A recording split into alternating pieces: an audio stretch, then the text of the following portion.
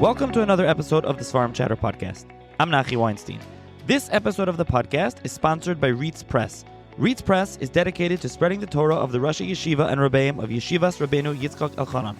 Visit reitzpress.org, which is RIETSPRESS.org, to shop the full selection of Reitz Press titles. To sponsor an episode or support the podcast, please email me, svarimchatter@gmail.com, or see the links and information in the show's notes below.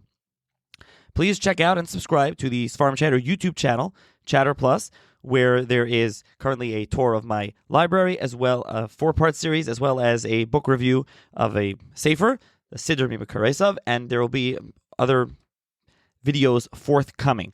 Also, please check out and subscribe to the Sefer Chatter Substack, which is a kind of blog, essays that will be emailed directly to you. If you sign up, you can also check it out on Substack. And if anyone is interested in writing anything, Svarim review, book review, or the like, please email me, svarimchatter@gmail.com. And for the YouTube channel and the Substack, you can find the links in the show's notes below. Finally, please subscribe to the Svarim Chatter WhatsApp community, where there is a chat where I post new Svarim books and other things. So please check that out. Also, please subscribe, rate, and review the podcast on your favorite podcast listening platform, 24/6, Apple, Spotify, etc. And if it's on Apple, please, if you can subscribe and if you can rate and review the podcast, I appreciate it.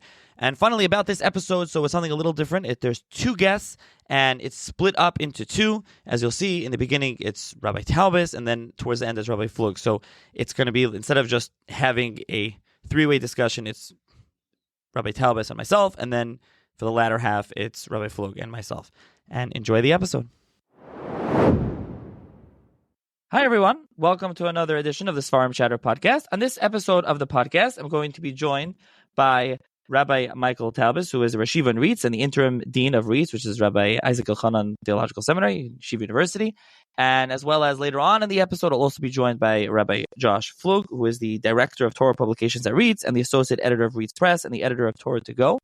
And we're going to be discussing Batei Yosef, which is so far 2 volumes, and the 3rd volume will be out shortly, which is Piskei Halacha Mebeis HaMedrash Yeshivas Rabbeinu Yitzchak Elchanan B'Mesiras Rabbeinu Agrid Alevi Soloveitchik. That's also, it is halachas essentially from Rabbeinu Yitzchak Elchanan, from Rav Soloveitchik and others, Talmidim, and all Hebrew Sefer.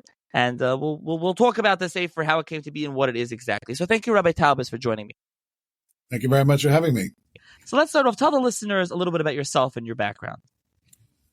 Okay, I grew up and lived my whole life in Teaneck, New Jersey.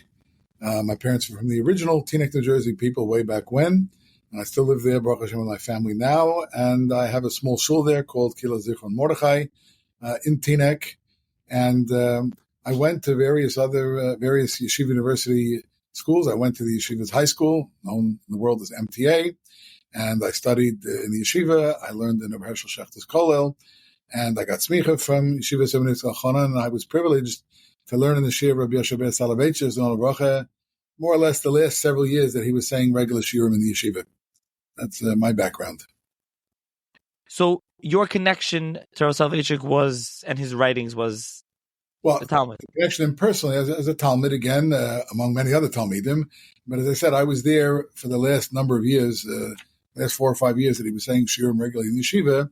He was already not so well physically at that point, but you did get to see his greatness. The Gemara in Eruvin speaks about different nuschos. One says it's Rebbe, one says Rav, whatever. He explains part of his gadlus so that he got to see Reb Meir from behind.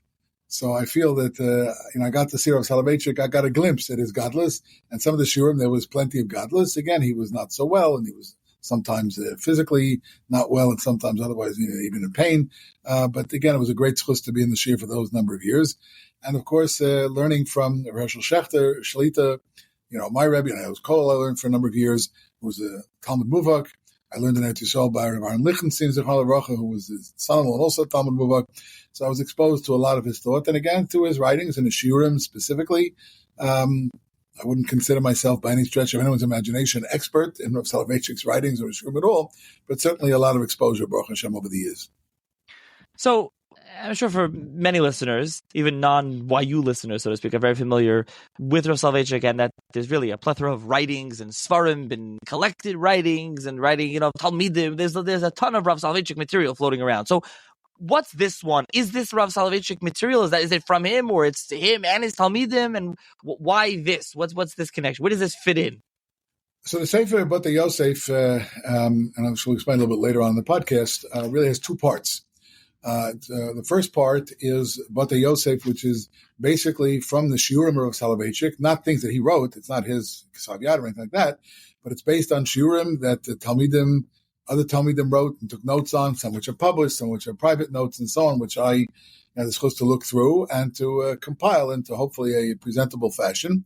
And the second half of the Sefer, which Rabbi Flug will talk about more later, has Piskei Halacha and insights from other Rosh Yeshiva in our Yeshiva, Yeshivas, many of which are based on also as well on the Shumer of Soloveitchik.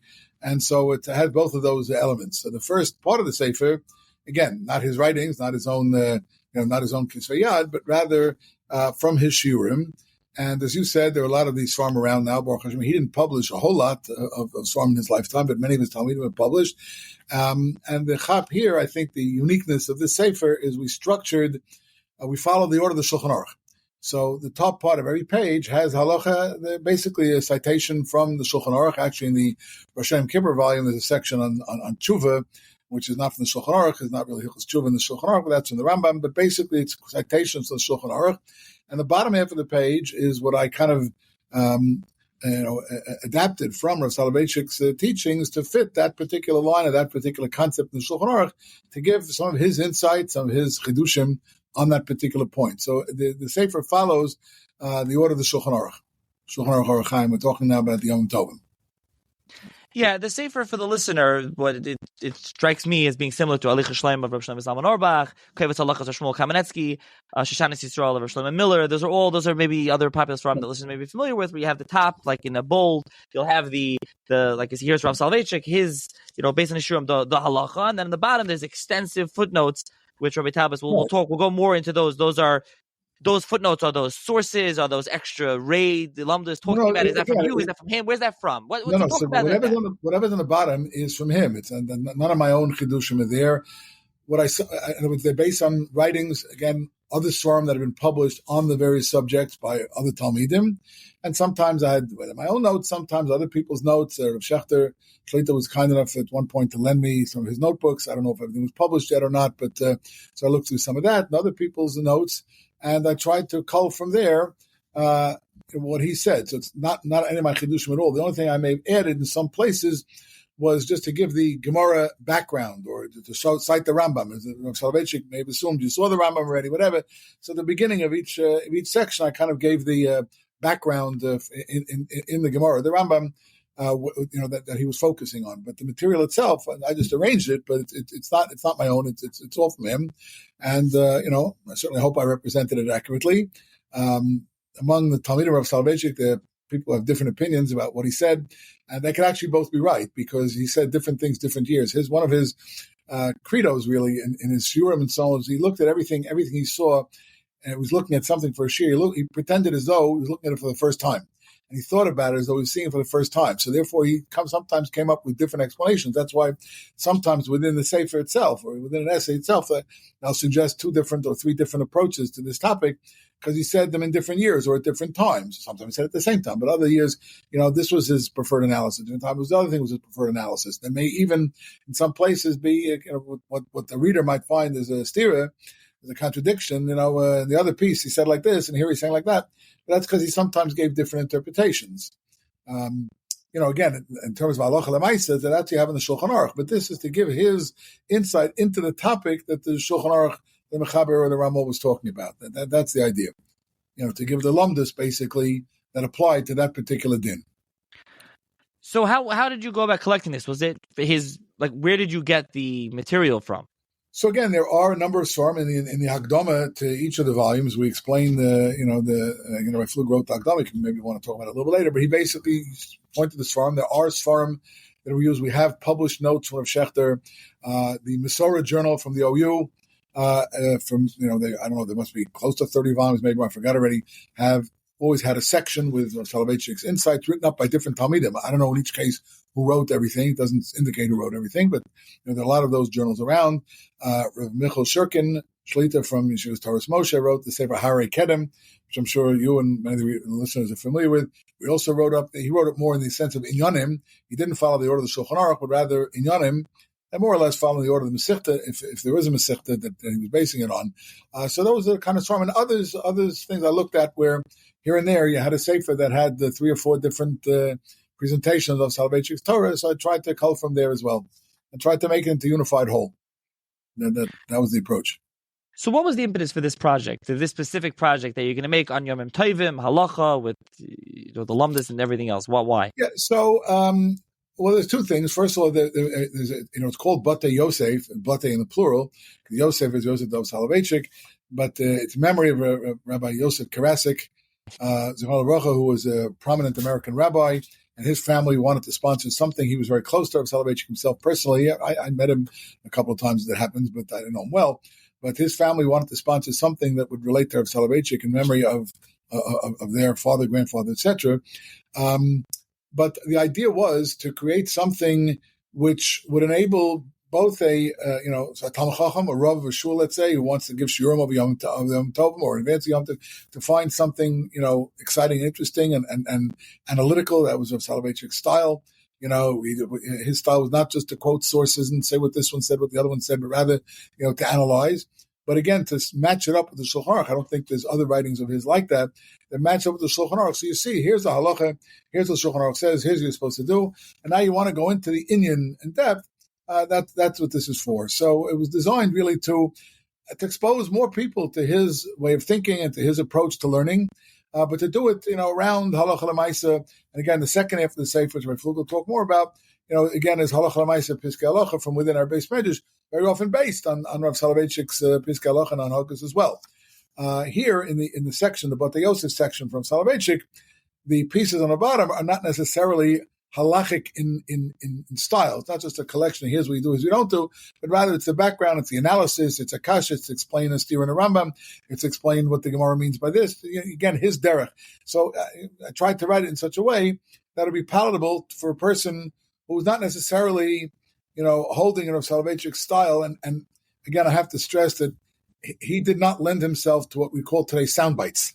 Okay, everything with him was a maroch and was built. And honestly, some of these pieces, while some are longer, they're designed not to be long marochas. There are other svarim I forgot to mention before, but Hershel Reichman Shlita put out the Rishimos Shiurim on quite a number of different mesechtas. So I got some stuff from there too. That he had essays, and now those are marochas. Those are really basically a written recording of the presentation of the shiurim. Those are sometimes, if a person is learning and harping over that sugya, so good. So a person can read through it. Here, it's not designed, for a person. It's not something I can just read, I think, sitting on a couch, while you're lying down and sipping iced tea or something like that. But at the same time, it gives you a tamtzis, sort of a summary of what he said and how he presented it, with a little less of the whole structure. Again, to be honest, purists among his Talmidim would say, but you took away a lot of the build-up. I tried to include as much as I could in terms of the build-up, but again, to do it in a way that, a person can go through it, and understand it, hopefully, and get the insights the way he wanted it, in a palatable way, again, based on the Shulchan Aruch.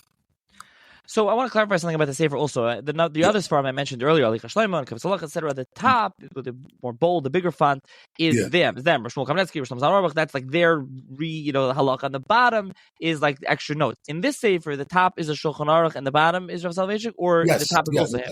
No, the top is a citation, almost a direct quote. It says Simon whatever, Sif whatever, a direct quote from the Shulchan Aruch, again, except for the section in the Rosh Kippur Sukkos volume on Tshuva. So the Shulchan Aruch doesn't have Hilchos Tshuva, the Rambam does. So we use the Rambam as the text on the top. But other than that, it's basically the Shulchan Aruch's text, but with footnotes. Again, it's not the Bir Halacha, the asterisk of the Bir Halacha, where he's just going to collect what the other Rishonim say, and a little bit of here. It's more in the Lumdus realm. In the background realm from the sugya. What I try to do is, I say, start with the sugya a little bit, show what the Gemara is saying, and then move on to his analysis.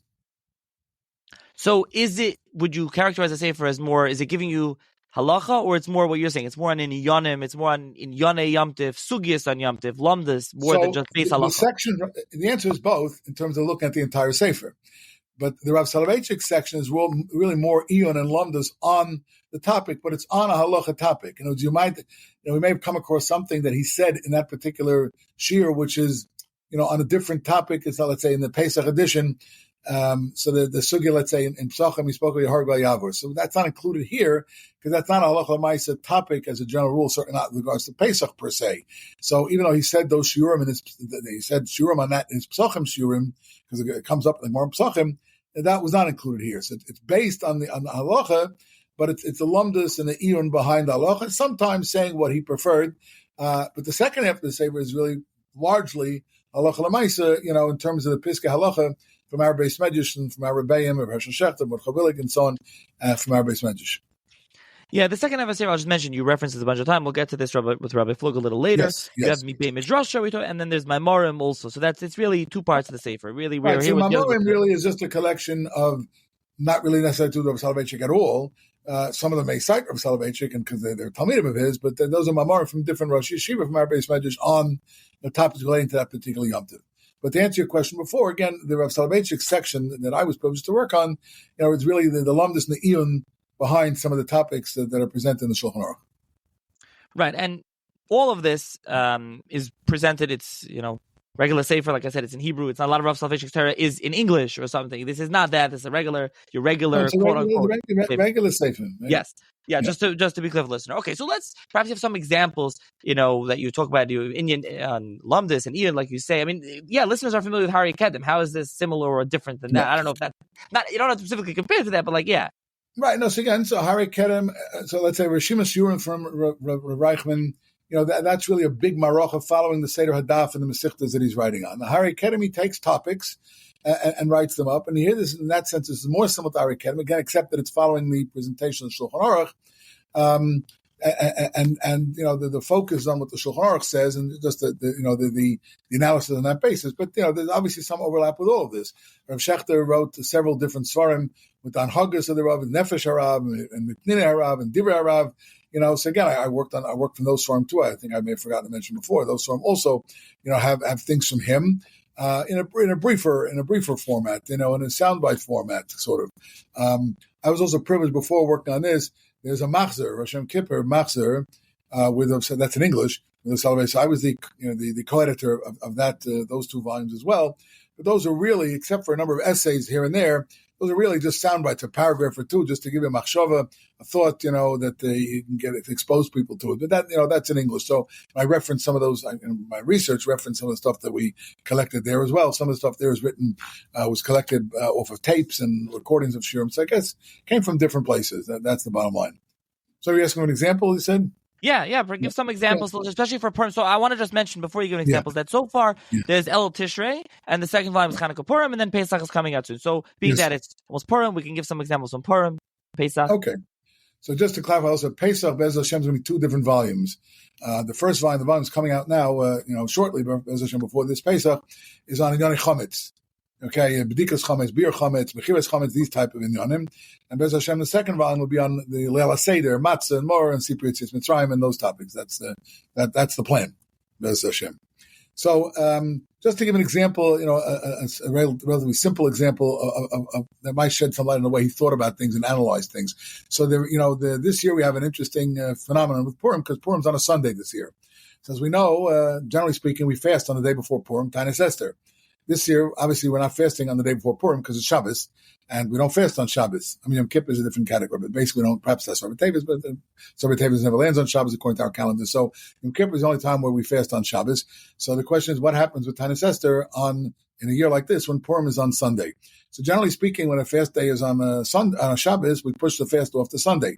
So let's say sometimes Tzom Gedalia, I think this coming year, Tzom Gedalia lands on the next Rosh Hashanah. Tzom Gedalia lands on Shabbos, so we push it off to Sunday. Shavuos V'Tammuz, Tisha B'Av land on Shabbos, we push it off to Sunday. Here we have a problem because we can't take Tainus Esther, the 13th of Adar lands on Shabbos. We can't push it off to Sunday because Sunday's Purim.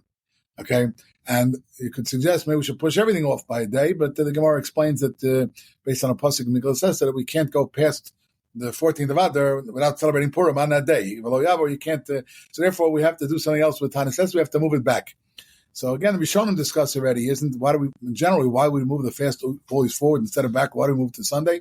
So we have a rule that Akdumi Pernusa Lo Makdamina, we never, it's bad enough we have to fast altogether on Tisha B'Av. We don't want to make it earlier than we have to, so we make it later.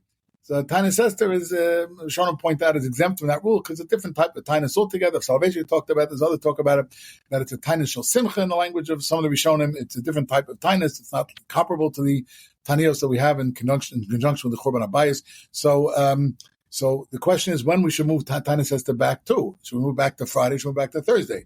So as we all know, our practice is to move back to Thursday and not Friday.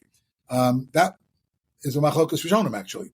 The Rambam is clear in Hilchos Tanis Parakei Halacha. The Rambam is clear that we move it back to Thursday. That's our practice. But there were Rishonim and there were places. The Meiri has a sefer called Mogen Avos where he defends the practice of the Chachmei Provence against the Tainas that the Talmidei Ramban came when they moved out and they had to run away from Spain. They ran away to Provence. Anyway, so the Meiri has a sefer and the practice there, and the other Rishonim had their Taka fast on Friday.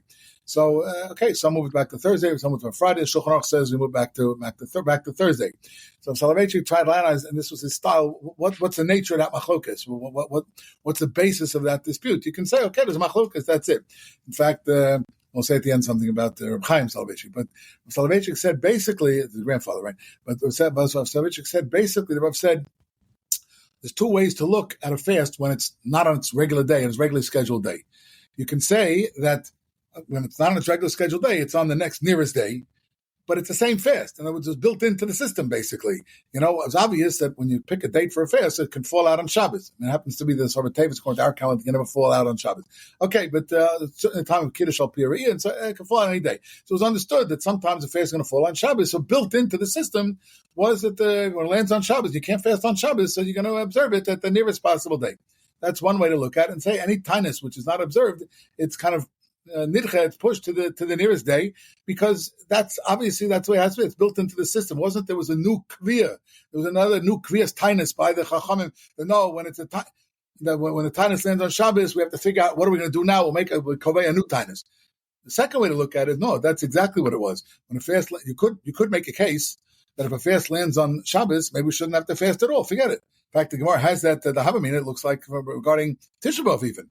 Right, according to one opinion, the Gemara has a Megillah that perhaps, if Tisha B'Av lands on Shabbos, maybe we shouldn't observe it at all. Okay, that lies a possibility.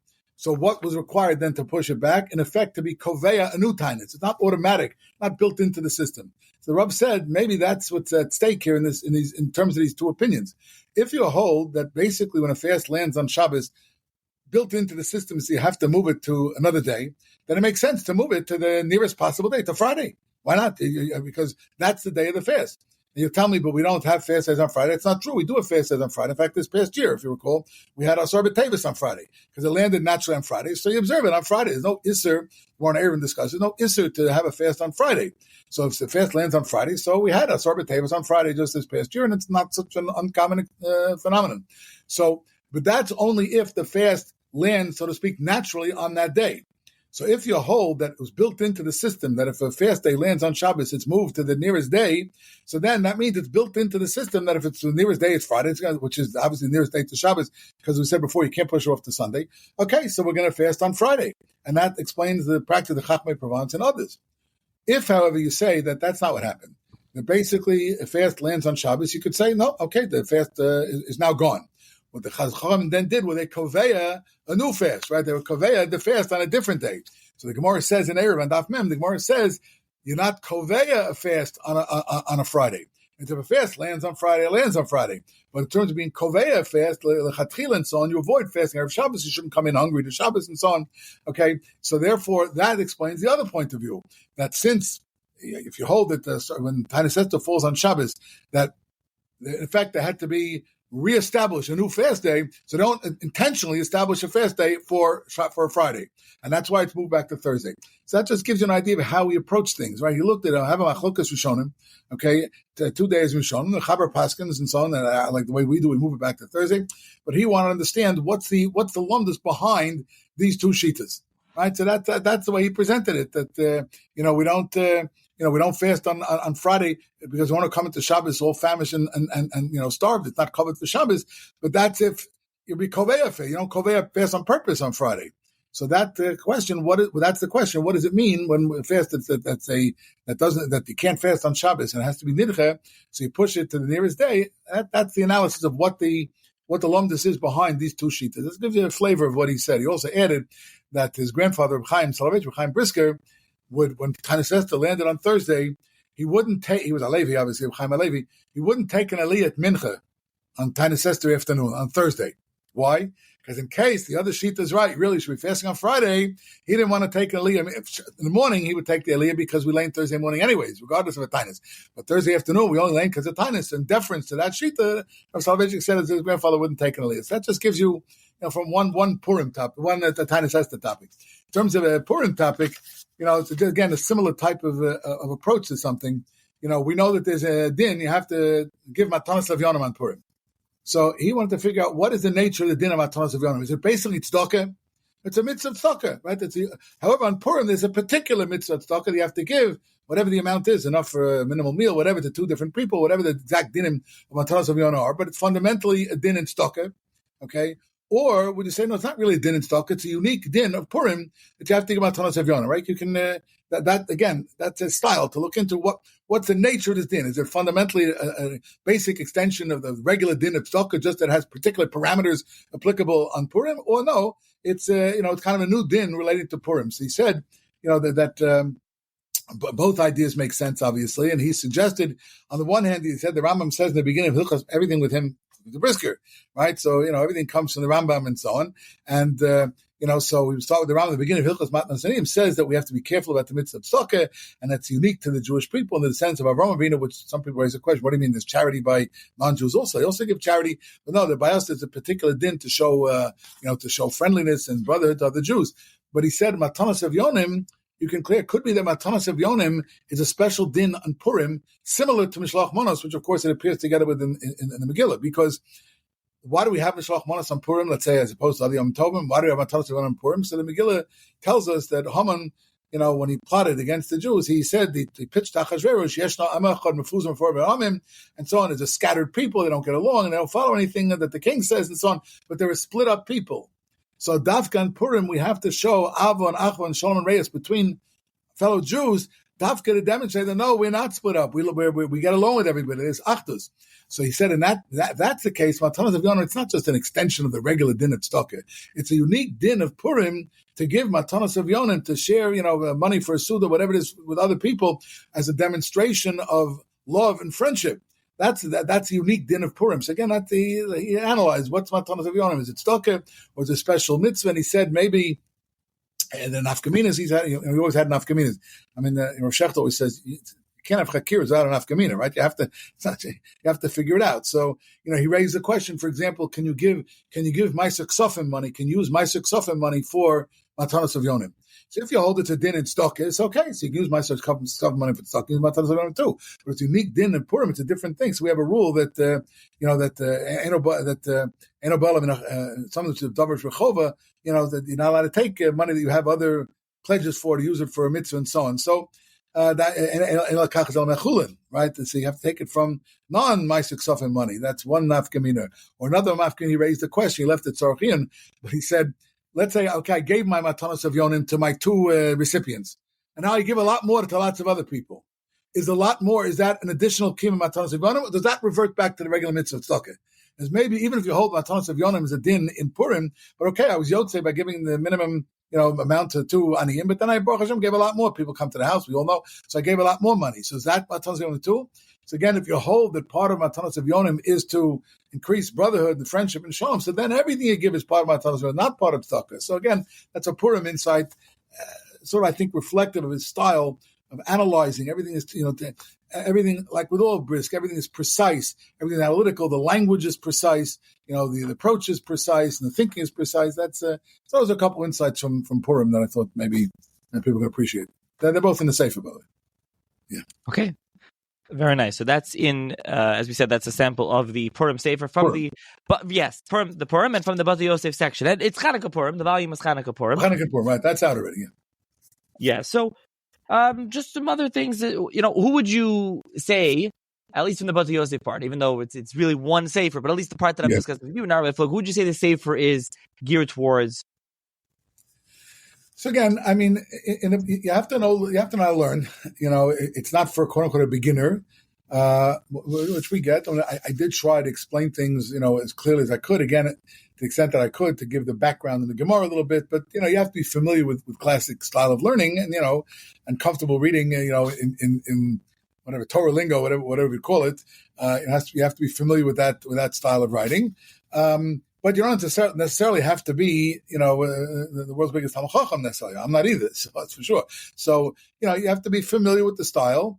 But certainly, as I say, Rabbanim who have to give shiurim, I think that's the feedback that I've gotten. Because I Flug later, if he agrees, but I think the feedback we've gotten from Rabbanim who have to prepare and give shiurim over Yom Tovim, and or before Yontif, or in the shul between Mechamarev and around Yontif time and so on, that these things are very helpful. And of course, one of the things I also tried to do, because the Rebbe didn't always do it himself, or even in some of the Svarim, it doesn't always give them our mokum. I tried whenever I could, if he quoted a Gemara, he quoted a Tosefta, he quoted this, to try and print in the Sefer where it's found, so that the reader can actually locate it, wants to look for further research. I appreciate Mama Combs very much myself, so I like to look everything up, and then some people like that, and it gives you more insight, and then you get your own ideas. So that, it's for a Rav or for someone to give shiurim, but again, a learned balabas can certainly gain a tremendous amount, and that is the feedback that we've gotten, Baruch Hashem, so far.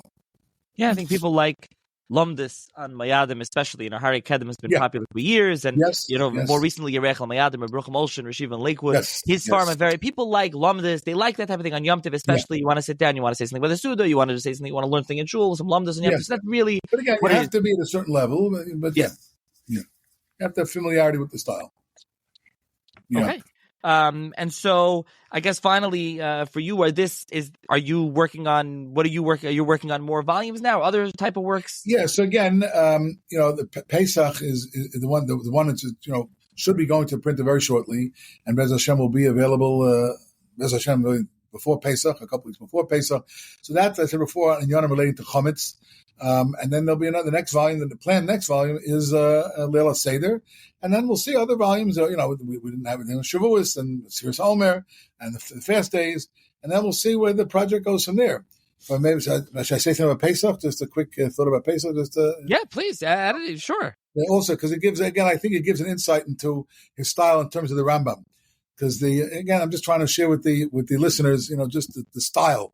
And these are what I'm summarizing now in this podcast are kind of shorter pieces. There are some longer pieces, but it gives an approach. So we know that after B'dikas Chometz is supposed to put aside, the Mishnah says, whatever you find, you're supposed to put aside B'tzina in a safe place, so you don't have to do B'dika later, and it's a protected place, and you're going to burn that the next morning. So you look in the Rambam, the Rav pointed out, in the beginning of the third paragraph of Hilchos Chometz U'Matzah, the Rambam says that after you did the B'dika, so you meniachas mashamotza ad shiva, you put aside everything until you do the beer. That's an halacha aleph. Then halacha beis, he writes that the chometz you want to put aside to eat, let's say later on at night, you can have a midnight snack and have breakfast, let's say Erev Pesach in the morning, you should put that aside also, to be careful, so you wanted to do another B'dika. So Soloveitchik wondered, it's the same thing. Why did the Rambam devote two separate halachas, halacha beis, halacha aleph and halacha beis in Perek Gimel, Hilchos Chometz U'Matzah? Why do you have two separate halachas? One is the chometz you found, when you did the search, right? And you cleaned your house, and you found this amount of chometz, and the other was the chometz you put aside. Whatever it is, whatever's left over, you put aside. Whether he's going to eat it or you're going to burn it, it's the same thing. Why did he devote two separate halachas to it? Again, as a brisker, he was always clear and precise about what the what the Rambam's thinking was. He said, really, again, there's also a bit brisker style. There are two different types of chometz, right? There are two dinim in chometz on Erev Pesach. One, the chometz is that you're planning to destroy. Okay, and the other type of chometz, you're planning to eat it the next day. He argued that perhaps they're not really the same thing. Okay, chometz that you're planning to eat, and in effect, there's a special heter to be able to put aside chometz you're planning to eat the next day, because otherwise, when you do bedika, okay, the bedika is to find chometz for the ultimate purpose of destroying it. The bracha that we make before bedika is al bir chometz, right? It's what do you call it? Search and destroy mission, right? So you have to search the chometz and then you have to destroy it. It's part of the same thing. So basically, when you put that chometz aside on Erev Pesach the night before, Orlar Bosar, you put that chometz aside, that in effect is a kiyum, that's a part of the mitzvah bedika beer, because you did the bedika, and now you're putting that chometz aside, the bag or in a box or whatever, to destroy the next morning. So part of the mitzvah of bedika and beer is to gather all the chometz you found and to put it aside for, to destroy it the next day.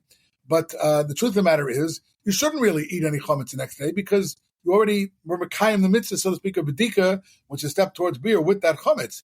On the other hand, you are allowed to eat chametz the next day, right? So he said that chametz in effect is exempted from the mitzvah. That the requirement to destroy that chametz is exempted from the mitzvah of bedika and beer because you're planning to eat it. But if you're not planning to eat anything, then taka shouldn't put it aside because then you're sort of forfeiting, if you will, the mitzvah of the mitzvah in a way of bedikas chametz.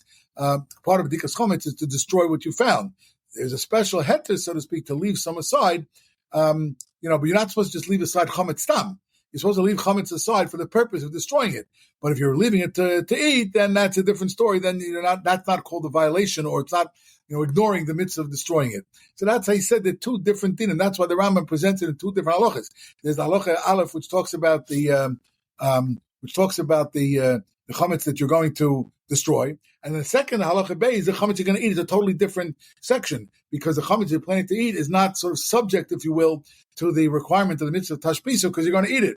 So that you only have to put it aside because you don't want it to spill all over the house. You don't have to do bedika all over again. But it's two different things. We're putting those things aside. So again, that to give a little insight into his approach, focusing on the Rambam, why he had two different halachas, which seem to indicate the same thing because there are two different types of chametz following the search on Pesach night. So those are just some of the types of insights. And again, many of them are longer and more involved. Especially in the Pesach volume, the chametz volume. So again, there are a lot of lumdish issues around bedikas chametz and beer chametz and bittul chametz. Those are lumdish issues, and we tried to present those as clear as we could. And Bez Hashem, that'll be out soon. Okay, and I think that's good. That gives some sort of flavor of what it's like, at least again, the first part, before we get to Flug, the rest of it.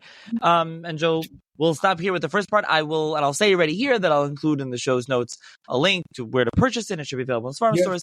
And again, the whole goal is to expose more people. Rav Soloveitchik was a brilliant. One of the great things about him is when he explained things, everything fit. It wasn't kvetched. Everything fit in, and everything was organized. Everything was clear, and we tried to replicate that. It's very hard, it's hard to imitate genius, but and certainly for me. But we tried to give people that, who the Sefer is for, so people to expose to his unique derech, and everything he saw, he found a chiddush in. Everything has to have a chiddush. Everything has to teach something, has to communicate something, and he built it in such a way that it was so clear and everything fits so well. To the point, and I had the experience myself, just the Talmud, you walk out after you read those, why didn't I think of that? It's so obvious, right? It's so clear that it's correct. You wonder why I didn't think of it yourself. That was part of his gadol. It was complicated but simple at the same time, and it fits so beautifully. And again, our goal here, and again, hopefully Flug can also speak a little more about it also, is just to expose more and more people to his Torah and to his, and listen, you don't have to agree with everything he said or everything was conclusions. That's also okay. But just to understand, his style and expose more people to his derech, I think is of value to the community. Okay. So I'll discuss. We'll take a break. We'll stop. We'll pause here briefly. The listener will be right after. And thank you, Rabbi Taubes. You're very welcome. Thank you. Thank you for having me. Okay, welcome back. This part of the podcast, I'm going to be joined by Rabbi Josh Flug, who, as I mentioned earlier, he's director of Torah publications at REITs. He's associate director of REITs Press, and he's the editor of Torah to Go. And we'll be talking again, continuing the conversation about the Sefer Batei Yosef, but really with Rabbi Flug mainly focused on the latter part, which is the Moadim and the Tora of Hershel Schachter and Mordechai Willig and others, not Rav Soloveitchik himself. So thank you, Rabbi Flug, for joining me. Yeah, thank you for having me. So tell the listeners a little bit about yourself and your background. Okay, so I went to Yeshiva from the time I basically started base measures. I was in the Schachter Kollel. I was in the Kollel Elyon. I taught there for a year, and then we moved to Boca Raton. I joined the Kollel here. And then shortly thereafter, I started working back again for REITs and YU in various publications, and I've been doing that pretty much ever since. So what's your connection to this Sefer? It's the YU Rosh Yeshiva, like I mentioned, it's even the part you're probably involved with. I think you told me you're involved with the whole project, but the part that we're going to be focusing in here with Mordechai Willig and Schachter, what's your connection to them and that you got into this, involved with this project? Right, so these are my rebbeim. I've attended many of the shiurim, and I kind of became like the point person to put together the materials to this section.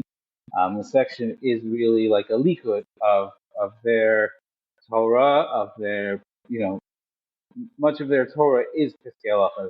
To kind of separate the two out is not really shaykh, meaning when you talk about, a shir from Rav Schachter, there's always going to be some sort of halacha application to it. Same thing with Rav Willig, like that's their focus in learning. I think one thing to point out here, and this is where the Sefer kind of comes together, is that many of the ideas that you see from Rav Schachter and Rav Willig are ideas that really originate from Rav Soloveitchik. They're Yesodos that he developed, and then they get applied to real halacha l'maisa situations. And so, again, it depends on the sugya. I guess there's more of that in the volume on Rosh Hashanah Yom Kippur, maybe a little bit less on the upcoming volume on Summit. But for the most part, the way the Rav learned the sugyas kind of filters down through our Masorah, also in the area of Sakala. So let's talk about this section. So you have the Mibei Midrasha section, and then there's the Maimardim. So let's first talk about so for the Sefer, for those listening, first it's the Batei Yosef, which we talked earlier about Taubes. Then is there Mibei Midrasha, and then comes the Maimardim. So let's first talk about the middle. It's basically three sections. The Mibei Midrasha. What is that section? Is it just from Rabbi Schachter and Rabbi Willig? Is it from others? And what is that section? How does that operate exactly? It's mostly from them. What we did was we took the Kitzur Shulchan Aruch as our base.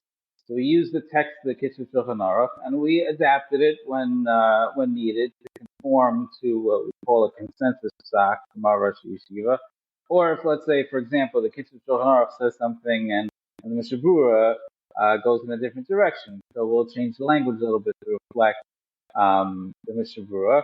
And then, of course, there are more contemporary issues. For example, the reading Megillah over microphone or over the internet is not discussed in the Kitzur Shulchan Aruch, so we had to write our own language for that. And so, we use the Kitzur Shulchan Aruch as our base text, and sometimes he'll write something where the psak itself is fine. The language that he used is not the language that we would have used if we would have written it, and we just left it as is. We're not going to edit it based on his grammatical syntaxes or things like that. So we tried to keep the language if there was nothing there that was, that was from a halachic perspective different than what our posting was. So that's the top, and the bottom, the style there, it's mainly halacha. Is there some lumdas, some like in Yonim? It's a mix, meaning it's not halacha l'maisa in the way that you read a Kitzur Sefer. This is halacha, and then the bottom is necessarily a footnote that explains everything. A lot of the footnotes are really just materials from the shiurim of Rav Schachter of Willig, and they do often focus on halacha l'maisa, or maybe not all the Pirtei Pratim, but the Yesodos that come out from these halachas. And so there is lumdus, and there's also halacha l'maisa in there with an analysis. It's not just here's a question, yes, no, this is the answer. It's the background to it. Right. So I don't know if you have any specific examples you want to give from there. If not, we could just talk about the third section, the Maimarim section. But if you have examples, you can give from that. I'll give an example, really, because I wasn't planning on talking about this, but Taubes mentioned it. The whole issue with Tainus Esther. So I'll present a shaila that Willig, I think one of his sons actually had this shaila. This year, Purim is on Sunday, and so we fast, practically speaking, on Thursday. Okay? So what happens if somebody becomes bar mitzvah that Friday? Meaning he was born on, let's leave out the leap year quandaries here. He was born on Yud Beis Adar, the Rishon. I'm sorry, the Shem. So does he have a chiyuv to fast? Meaning, if he was bar mitzvah on Friday, so maybe most people will fast on Thursday, but this boy didn't get to fast on Thursday, so now he should be mechuyev to fast on Friday because Friday is shayach to be Tainus Esther. So Rabbi Willig discusses, based on the yesod that Rabbi Taubes mentioned from the Rav, what is it? Is it that the din is that it's nikva on Thursday? If it's nikva on Thursday, so the kid was not bar mitzvah and so he doesn't fast on Thursday, and he's putter the same way if the fast was a few weeks ago, he wouldn't have to fast. Or do you say no, that the fast could be any day before Purim, Yud Aleph, Yud Beis, Yud Gimel, and since this boy became bar mitzvah on Yud Beis, so maybe he should have to fast that Friday, the day of his bar mitzvah. So that's Rabbi Willig discusses that, and he shows from the Taz and others that really we treat Yud Aleph as the Yom HaTainus, and this boy is Pater. Right, so that's one of the footnotes. There's another footnote. Taubes mentioned from the Rav that the Rav saw Tainus Esther as a Tainus Shel Simcha, as opposed to the other Tanios, or Tanios of Avelos. So Schachter points out that children are generally exempt from fasting the other Tanios if they're not bar mitzvah, with the exception of Yom Kippur. Yom Kippur, there's a din that you mechanech a child to fast when he's 11 and 12. 11 is not as well known, but that's in Shulchan Aruch, 11 or 12 years old. And what's also not well known, Rosh Hashanah discusses in halacha Shlomo that there's like this myth that you have to fast 3 times before your bar mitzvah. That's not really a halacha. The halacha is that you fast in Yom Kippur and you don't fast the other Tanios. So why is that? Because there's no din of chinuch for avelus. So since the other Tanios are Tanios of avelus, so then you are the child is patur from fasting. However, Rav Schachter points out it's possible that Tainus Esther, which is Tainus Shel Simcha, so that's not a din in avelus, and therefore there should be chinuch for Tainus Esther, and the child should fast when he's 11 or 12 years old on Tainus Esther. So that's, I guess, both of those ideas, the bar mitzvah boy in general and chinuch, are both based on the lamdas of the Rav, but applied to halacha l'mais. So that's that's one example. Another example, which I'll just say quickly, we have in the first section in the Batei Yosef a discussion about the status of Purim. The Rambam uses the word divrei sofer. So in Hilchos Megillah, he kind of says it's divrei sofer from the Nevi'im. Maybe it should have a higher status.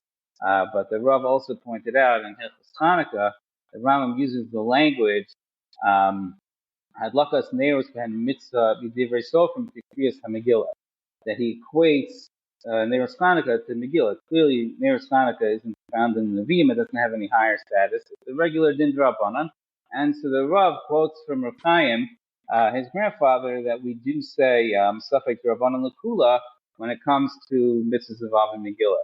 So in 2020, at the beginning of COVID, there were a bunch of people. This was before anyone knew what to do, who were in quarantine or weren't allowed. People didn't really have like a way to navigate. And the question was, can they be able to say Megillah over, hearing it over Zoom or over the internet? People didn't even know what Zoom was at the time. They asked me, like, is it better, Zoom or YouTube? People, it was, there was a lot of huddling about how to do it, but the Iker question, the Machlokas, Rosh Zalman was very strong in saying that if you don't hear it directly from the person, so you're just hearing it, there's no difference between hearing a recording of the Megillah and hearing it over the telephone or some other type of technology. And Rav Moshe was not as convinced. Rav Moshe has a tshuva about this. So Rav Schachter says we have a klal that the B'Shas HaChak were so made on Kedai Rav Shimon Lusmach Alav B'Shas HaChak. So Rav Schachter here explained what does that mean. It means that when it comes to Dinim D'Rabbanan, we could treat in the Shas HaChak a Shitas Yochid, we could treat a Shitas Yochid as if it's Nidon Kesafid. So even though normally the Shitas Yochid is rejected, in a Din D'Rabbanan, in a Shas HaChak, we can treat it like a suffix. And since this was a Shas HaChak, and since we hold that Mikra Megillah, the Iker is, we do say suffix D'Rabbanan L'Kula, so there was makom for these people who had no choice to listen over the internet. Once time went on already in 2021, people were still dealing with this. We had a whole year to figure out what to do. So he wrote a tshuva later on, and we quote this in the Sefer that there are other eitzas that you can have a recording of the Megillah in advance, meaning and listen in your earphone. You could put it at slower speed if you need, and take a Megillah, borrow a Megillah from someone, and read along with the recording. Meaning, so you're reading out of the Megillah as opposed to listening over over some recorded device, and he felt that was a much better eitzah. And already it was a year later, it wasn't as much of a shafel. There might have been some people in this shafel situation, but for the most part, he did not recommend that as first or even second course of action. Okay, so that's the middle section, we'll call it the Bnei Midrasha. Then the last section is Mamarim. So who are these Mamarim from? What style are these Mamarim? Where are they from? The Mamarim are a collection of mostly articles. We have a Torah journal in our yeshiva called Batei Yosef. Some years it'll focus on the Masechta, but they always allow submissions from other Masechtas, and that's inevitably what happens. And we have, I don't even know how many volumes, 40 something volumes. And so from those volumes, we took Mamarim from there. We took Mamarim from pieces that some of our Rosh Yeshiva wrote in their own Svarim, and we put it in the back as to supplement. We want to include our Rosh Yeshiva in this Mibei Midrash, so to say. And we also took a summary of some of the Mamarim and put it in when appropriate. If we could figure a way to include it in the halacha ma'aseh section, to put it in the Mibei Midrash, just to give like a little abstract of what the article's about, and then an ayin sham that they can read the Mamarim in the back. So, I mean, like a list, who are they from? Just from any Rosh Yeshiva, anyone associated? Yeah, so, I mean, I have, just opening the table of contents, we have from Forsky, Feldman. I should mention also that Daniel Feldman and I were the co-editors of this. We both worked on this together. Of Kalap Zatzal, of Lamb Zatzal, of Shulman, of Blau, of Ganak. So these are the Mamarim that some of them appear in their Svarim, some of them appear elsewhere. They haven't published them yet, and so Talmidim of the yeshiva or even from elsewhere can enjoy and see the range of talent and insight into these young. Right. So for this section specifically, like I said, it's giving a flavor. It's giving some sort of sampling of different Torah of the YU Rosh Yeshiva. Is that something? I mean, what would you say to the listener who's not a YU reads person? Why would they be interested in that? Or is just? I mean, if they're not familiar with their Torah, so here's an opportunity. A lot of the Mamarim are going to be based on the Torah of the Rav, either directly or based on the style of learning. Some not, but you do get some of that flavor, and some of them actually quote pieces from the Rav, which we have in the Sefer, and give their own take or take it to the next level, or work off a finish of that. And so, I know you said you were more. I think you told me that you were the product manager. You were in charge of a lot of the project over here. So, as I said, the first volume was El Tishrei. The next volume is Chanukah Purim. Now Pesach is coming up. Pesach Part 1, not Part 2. Maybe you can also. I know I asked this for Rabbi Taubes, but I'll ask you also. What's the plan going forward with the rest of the project? Yeah. So our next. The reason why we still Pesach and 2 is because the Rav has so much to say on Inyan HaTamid. We saw that it's not just we needed 2 volumes to cover Inyan Pesach, and so the next volume will be the Inyan Ilach Seder. We haven't gotten to a decision yet whether Sfiras Omer is going to fit in that, or whether that needs to be in the next volume that includes Inyan Yantiv and then we have Inyan Tainus. But we don't really we're not limited necessarily to the Moadim, meaning I think initially when we started like a sample page, it was in Hilchos Brachos. The first iteration a number of years ago, it was a piece on Inyani Brachos, and so there is a lot to do. There's Hilchos Shabbos, Malachos Shabbos. There's a lot from the Rav, and there's a lot from the Kam Rosh Yeshiva. People are interested in the Piskei Halacha, so that's those are projects that we hopefully we'll be able to cover over the next 2 years. Okay, great. So as I said in the end of the first part, but I'll say here then in the second part that I'll put a link in the show's notes below. If anyone is interested in purchasing it, they can check it out there. Right. And also it should be available. Yeah, we should have the next volume. Hopefully, again, we can't control certain issues with shipping and all of that, but we hope to really have the next volume out in the next few weeks available, and we'll be able to do pre-orders and you can purchase them on reachpress.org. Okay, I'll put up that link. And just one final thing. So the plan after this next Pesach, what's the next plan? Is the next one to do the next volume on Pesach, or are you going to do something else before you circle back to we're going to do the next volume. The next volume will be on Pesach. And then after that, we'll figure out where to go from there. Which topic to go. Okay. Thank you, Rabbi Flug, for joining me. Okay. Thank you for having me.